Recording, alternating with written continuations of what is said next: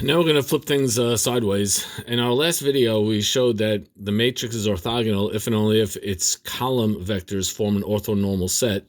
Well, we can make a similar argument to show that the same is true, meaning a matrix is orthogonal if and only if its row vectors form an orthonormal set. Watch. In the previous video, we looked at P transpose times P, but now we want to look at P times P transpose. Well, P is all these columns here. P transpose is all those columns flipped sideways. And I can't really do much here because the way matrix multiplication works is that you don't multiply rows times columns, you multiply columns times rows. So we're kind of stuck here. So what I got to do is change my picture.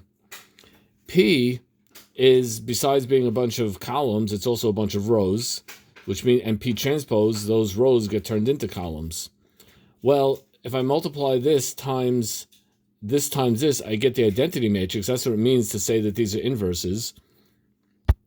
And that's essentially giving us the same thing. It's saying R1 times R1, which is going to be the upper thing here, that, is going to be 1. It's going to give us what the identity matrix is like. But that gives us the exact same result we had in the previous proof, which is that Ri times Rj equals 0 when I doesn't equal j. That's the ortho part of orthonormal.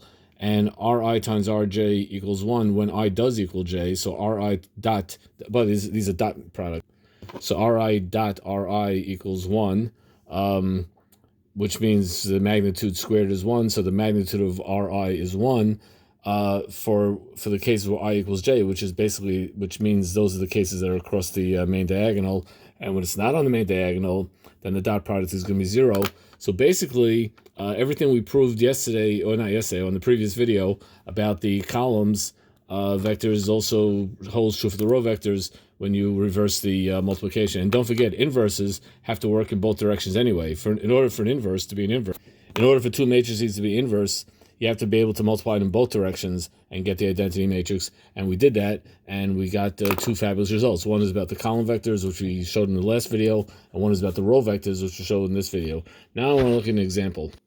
So here's an example. We have a matrix here, P, and this is the matrix right here, 1/3, 2/3, 2/3, negative 2 over rad 5, 1 over rad 5, 0, negative 2 over 3 rad 5, negative 4 over 3 rad 5, 5 over 3 rad 5.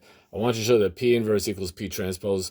Now, you could try to find the inverse of this matrix and show that it comes out to be the transpose, or you could take the transpose, multiply it by the matrix, and get the identity. There's two ways you could do this. Show that the columns are orthonormal, means if I take the dot product of any two columns, I'm going to get a 0, and the magnitude of any column is going to be 1. The magnitude of each column is 1. And similar for the rows. If I take the dot product of any two rows, I'm going to get 0. But if I look at the magnitude of any row, I'm going to get 1. I want you to show all of that.